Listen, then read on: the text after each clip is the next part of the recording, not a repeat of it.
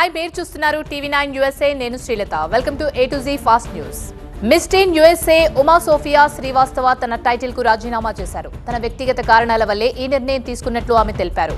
Miss USA రాజీనామా చేసిన 2 రోజులకే మెక్సికన్ ఇండియా ఉమా సోఫియా ఈ నిర్ణయాన్ని ప్రకటించారు. విమానంలో ప్రయాణిస్తున్న కాలిఫోర్నియాకు చెందిన మహిళ తన 2 ఏళ్ల కూతుర్ని కుట్టడంతో ఆమెపై కేసు నమోదైంది. ఆమెను వారించే ప్రయత్నం చేసిన తోటి ప్రయాణికులపై కూడా మహిళ విరుచుకుపడింది.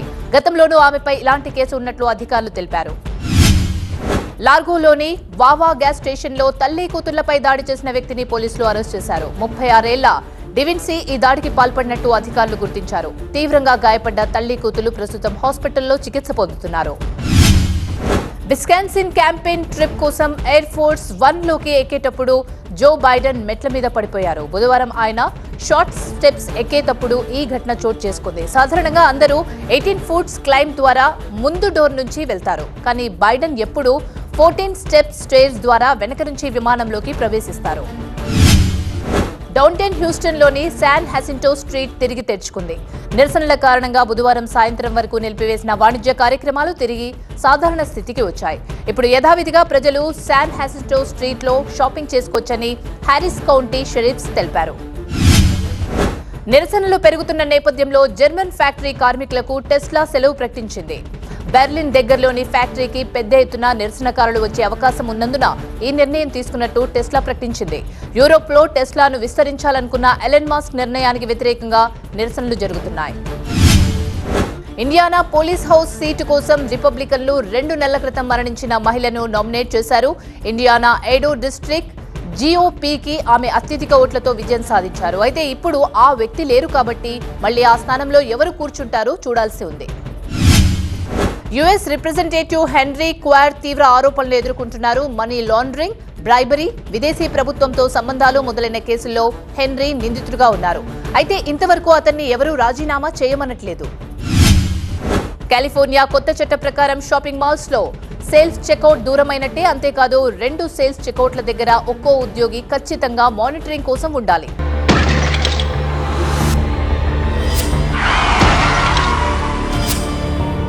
When we talk about India, unfortunately the country has the highest burden of road crash fatalities. तो लगभग 76% लोग पेडेस्ट्रियंस और टू व्हीलर वाले हैं जिनकी डेथ हुई है. While the highways are getting better in India, the local roads, the city roads, the town roads, these need to be improved.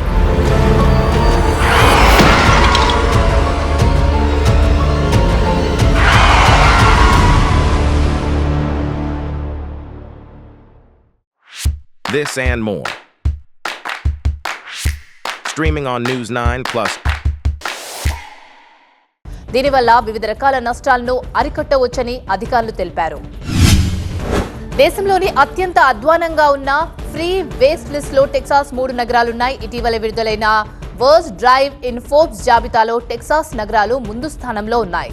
Safety, vehicle maintenance cost, repairing service వంటి పరిగణలోకి తీసుకుని జాబితా తయారు చేశారు. అమెరికాలోని సొంతిల్లు కావాలనుకునే వారి కలగానే మిగిలిపోనుంది. ద్రవ్యోల్బణం కారణంగా మార్టిగేజ్ రేట్లు పెరుగుతున్నాయి. భవిష్యత్తులో కూడా ఆయా వడ్డీ రేట్లు పెరుగుతాయని నిపుణులు అంచనా వేస్తున్నారు. ప్రైజో కంపెనీ ఎదుర్కొంటున్న కేసులకు సంబంధించిన క్లెయిమ్స్ ను పరిష్కరించింది. ఇవన్నీ హార్ట్ బర్న్ డ్రగ్, జాంటాక్ వల్ల క్యాన్సర్ ముప్పు కేసులకు సంబంధించిన క్లెయిమ్స్. అయితే ఎంత మొత్తంలో క్లెయిమ్స్ చెల్లించారన్న వివరాలు బయటికి రాలేదు. విస్కాన్సిన్లోని జో బైడెన్ ప్రసంగిస్తూ ట్రంప్పై విమర్శలు చేశారు. కొత్త మైక్రోసాఫ్ట్ సెంటర్కు వెళ్లి బిలియన్ల డాలర్ల పెట్టుబడిపై మాట్లాడారు. అదే ప్రాజెక్ట్ విషయంలో మాజీ అధ్యక్షుడు ట్రంప్ విఫలమయ్యాడని బైడెన్ విమర్శించారు. క్రూజ్ షిప్ లో ప్రయాణిస్తున్న వారిపై south African worker medical ships లో దాడికి పాల్పడ్డారు. 35 ఏళ్ల సోగోని అదే షిప్ లో వర్కర్ గా ఇటీవల చేరినట్టు సమాచారం. దాడి విషయం తెలుసుకున్న పోలీసులు అతన్ని అరెస్ట్ చేశారు. రఫా చొరబాటు కారణంగా ఇజ్రాయెల్ కు బాంబుల రవాణాను యుఎస్ఏ నిలిపివేసింది. ఇది శాశ్వత నిర్ణయమని చెప్పలేమని డిఫెన్స్ సెక్రటరీ ఆస్టిన్ వెల్లడించారు. అయితే రఫాలోని సివిలియన్స్ కు రక్షణ కల్పించే అంశంపై ఫోకస్ చేశామని ఆయన అన్నారు. కోవిడ్ గురించి ప్రజల్లో ఆందోళన కలిగించిన మహిళా డాక్టర్ మెడికల్ లైసెన్స్ యాక్టివేట్ అయింది. గత ఏడాది డాక్టర్ షెర్రీ టెన్సన్స్ తన లైసెన్స్ ని కోల్పోయారు. ఇప్పుడు $3,000 జరిమానాతో ఆమె లైసెన్స్ క్యాన్సిల్ ని రద్దు చేశారు.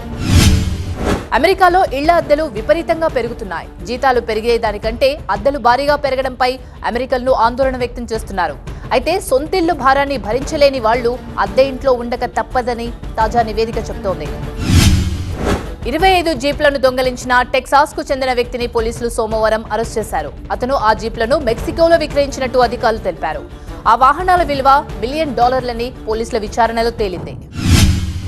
రఫాపై ఇజ్రాయెల్ దండయాత్రకు పాల్పడితే సహించబోమని బైడెన్ తెలిపారు. అలాంటిది జరిగితే అమెరికా నుంచి వారికి ఎలాంటి బాంబుల సరఫరా ఉండదని స్పష్టం చేశారు. గత వారమే తాము 2000 బాంబుల రవాణాను నిలిపివేశామని బైడెన్ తెలిపారు. ఇది వాల్టి A to Z fast news. చూస్తూనే ఉండండి TV9 USA.